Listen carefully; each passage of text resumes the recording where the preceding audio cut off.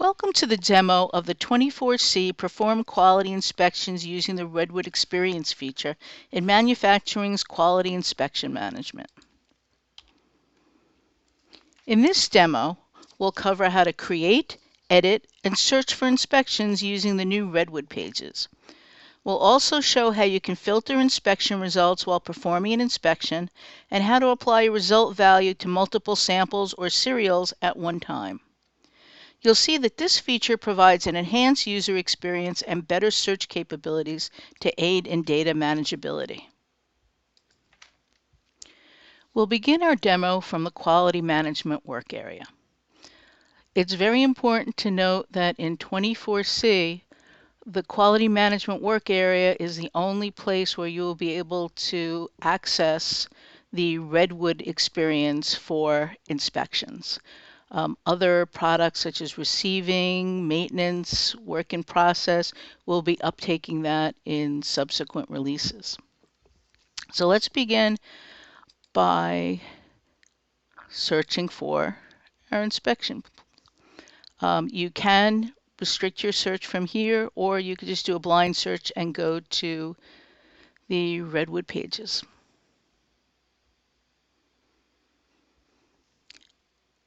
I'm going to begin by creating a new inspection. As always, you'll enter the required information.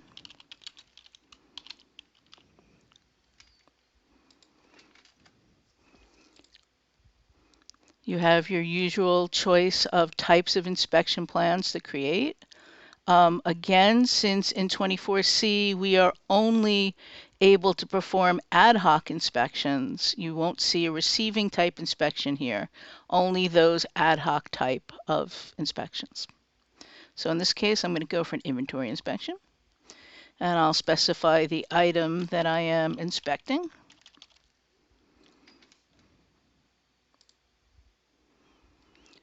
I'll specify the sub-inventory where this particular item is found. As always, you can default in the inspection date and time, or you can change it accordingly if you're recording a previous inspection. In this case, I'll just take the default as it is.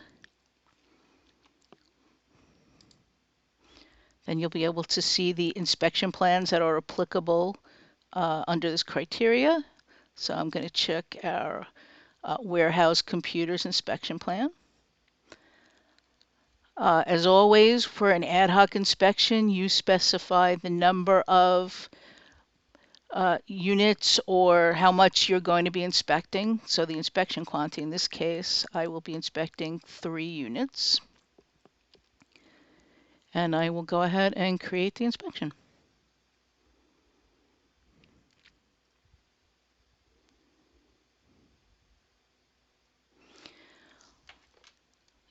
Just to note, this item is not serial controlled. If it were, you would be asked, prompted to select the serials that you're inspecting up front, and then they would be brought here. But this is obviously not serial controlled, as I mentioned. So we have 3 serials that are created. We have 3 that are pending. And you'll see that the disposition of the inspection plan is still pending because we haven't yet entered all the values. In this case, you'll see that some result values are already defaulted in because I set up my inspection plan to default certain values. So in this particular case, default the correct part number. I, of course, can change that if it is not the correct part number. So I can go ahead and I can say no and override that if I wish to do that, and then go ahead and say, yep, that's what I mean. And it'll apply the result there. I'm going to go back, though, and I'm going to change it back to yes. And again, I will go ahead and apply my result. One of the things that's very nice in the new Redwood experience is that I can go ahead and I can filter these particular inspection results.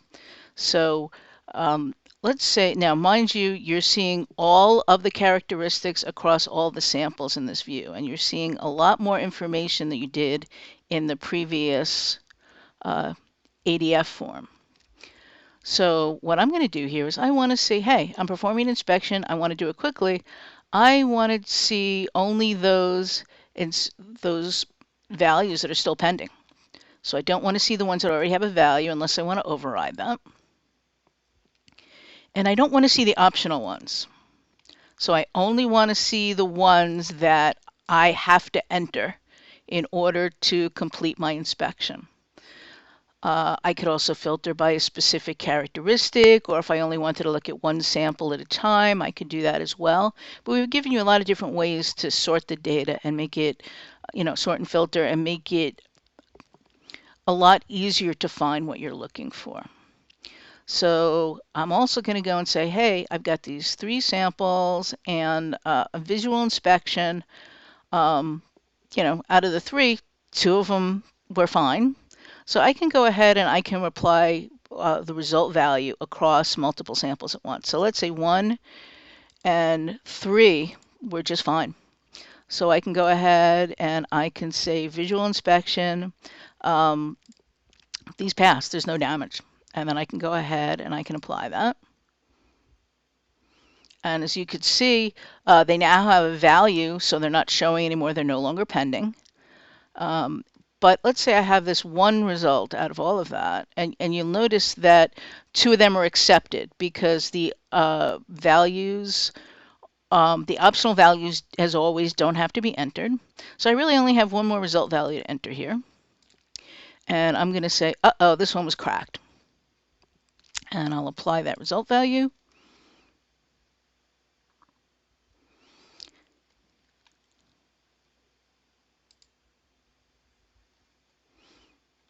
And you'll see that it's failed. You actually now have 2 accepted, 1 rejected. I can always go back and modify my results if I entered something incorrectly. I can also go ahead and let's say I want to add more characteristics because this is the cracked screen. I might want to go ahead and add something to check. I can also add a group of characteristics. I can add a new sample. If there's another unit that I want to inspect, I could do all that as always. I can go ahead and look across all of my results again. You'll notice that, as always, since these are optional, we don't need to enter a value. But let's say that I wanted to enter a value, the description of damage for this one, because it was damaged. It was cracked. Let's say I want to go here and enter screen cracked. I can go ahead and do that.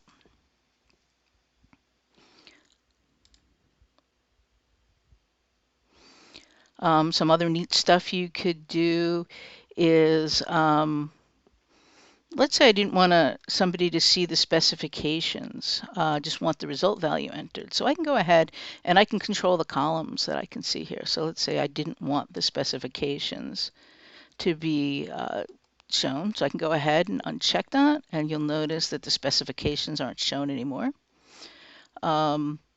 We also can add attachments. So let's say my screen is cracked. I want a picture of it.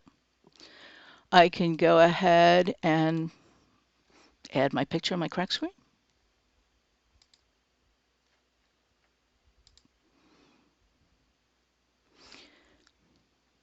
And you'll see also we have an indicator letting you know that there is in fact an attachment on this line. So then you'll be able to go ahead and bring up the attachments. Okay, so let's go ahead and let's save this inspection. We've got everything here, so everything's saved already. So let's go back and take a look. So again, out of the 3 samples, we have 2 accepted, 1 rejected, and the disposition is completed because we entered all the result values. Of course, we can save this and come back if we don't want to enter all of the result values at once because this is an ad hoc inspection. And all the rules that we, stood from before or still apply here.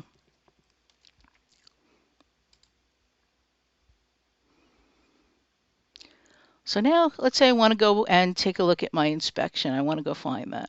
So we can filter by the type, the date, if there's any rejected organization. Plus we have a whole bunch of other filters. We can enter a date range if we don't want a specific date. We can filter, as always, from the type. We can look at the disposition. So we want, let's say we only want to look at the ones I have it completed. And I only want to look at inventory. And I know that I inspected my particular item. So let's go ahead and enter that.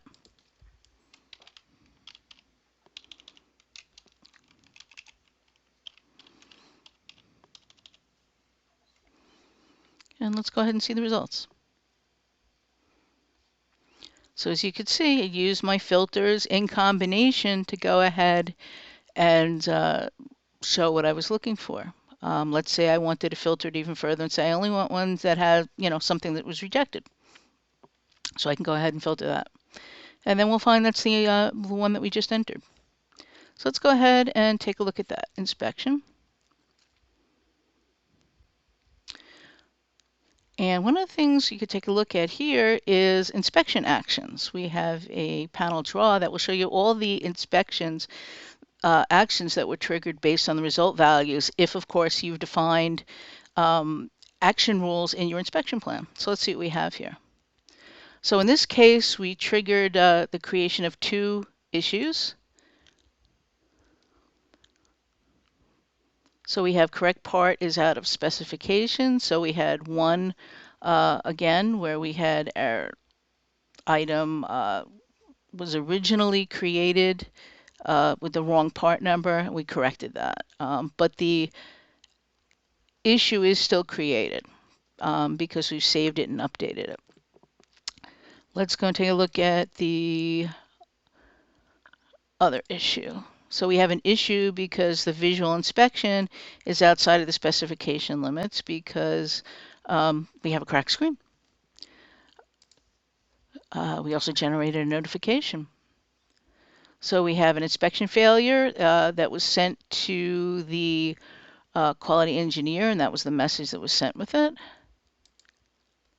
And we have that for both of the failures because that's how we set up our inspection plan action rule.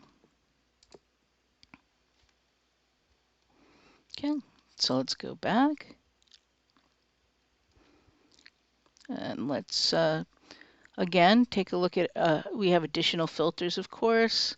There are different filters that you can use based upon the type of inspection you're performing. So asset-related inspections, you can search by the asset number.